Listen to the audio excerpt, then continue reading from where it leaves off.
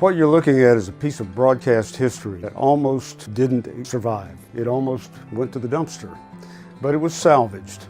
It started life at the WSM transmitter. They were asked to custom build a console to mix the Opry when it was at the Ryman. So in true WSM fashion, they said, "What do you want? We'll build it." So they constructed this right down to cutting out every piece of aluminum, wiring everything inside the board, and they built a console for the Opry. The Opry moved from the Ryman to Opryland, and this console was surplused. So they said, "Wait a minute, we need that to mix a morning radio show at WSM called The Waking Crew."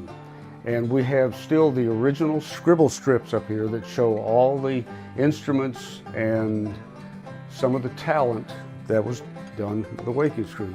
When Channel 4 was sold and WSM had to move away from Nob Hill, so the console was once again surplused, and they donated it to the Country Music Hall of Fame. So the console was just a shell, and it had no electronics, and it sat for about 25 years, and I was down there one day and Alan Stoker said, "Come look at this board."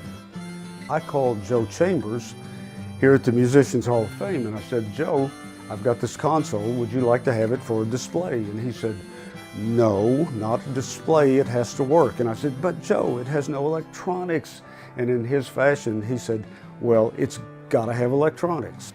So here it is in 2023, a completely refurbished console with state-of-the-art electronics in it, and it is in a room that is fully capable of doing live broadcasts for radio. The room can do podcasts, and if you want to come see the board in person, you can come to the Musicians Hall of Fame.